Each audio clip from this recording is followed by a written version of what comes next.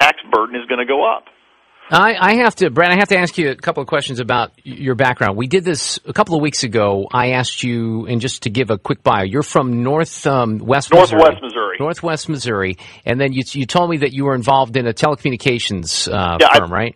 Built a small wireless telephone company. All right, let me play the answer that you gave me a couple of weeks ago. And when I went in and when I actually became the general manager of the company, we had 2 employees, myself and one other person, and a few hundred customers, and we now have just a little over 30 employees and tens of thousands of customers. Great company. I'm proud to be a part of.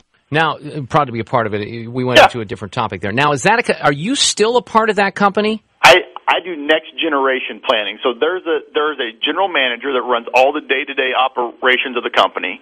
And what I do is whenever we're not in legislative session, I actually work with them to plan the next generation of the network. And specifically right now what we're doing, Mark, is we're a CDMA company, but meaning our technology is CDMA.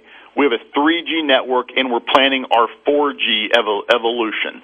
So what we're doing at this point is we're having to take fiber optics to a lot of our towers as we start to build towards 4G. Now, what's the name of that company? Northwest Missouri Cellular is the name of the company. Okay, now, because here's the confusion, because on your bios for both the Senate page and on the campaign page, you list that you started this company in small business, but your Wikipedia page, and I'm being told by other people, and I want to find out if this is true or not, that you also work for Cerner Corporation, which is a big healthcare information technology company out of Kansas City. Do you work for them or do you not? I do. I'm a part-time employee at Cerner Corporation. And what do they do? Can you describe? Yes, absolutely. Cerner's an amazing company. Chunk of change from that company. And there's nothing wrong with making money, but I guess my question is this, Brad. Why not disclose that you work for that company? Why is it missing from the bio? It seems like there's something shady going on. And I'm going to give you a chance. I'm going to give you a chance to clear that up. But hide my association with Cerner. It's a great company. I'm proud to be one of. They have like 10,000 employees. It's a great company. I fundamentally view passionate about this.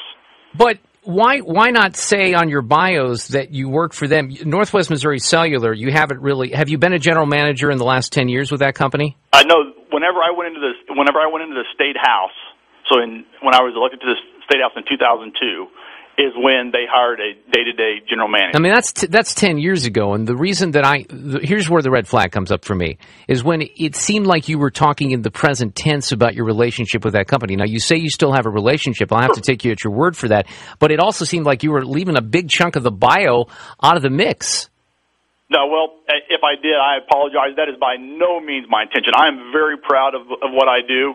I'm a guy who believes passionately in the private sector.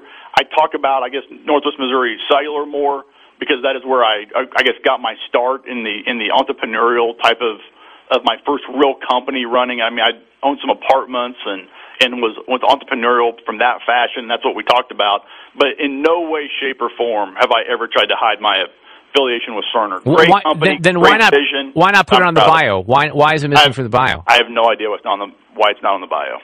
Should it be on the bio? Sure, absolutely. I'm not at all opposed to it.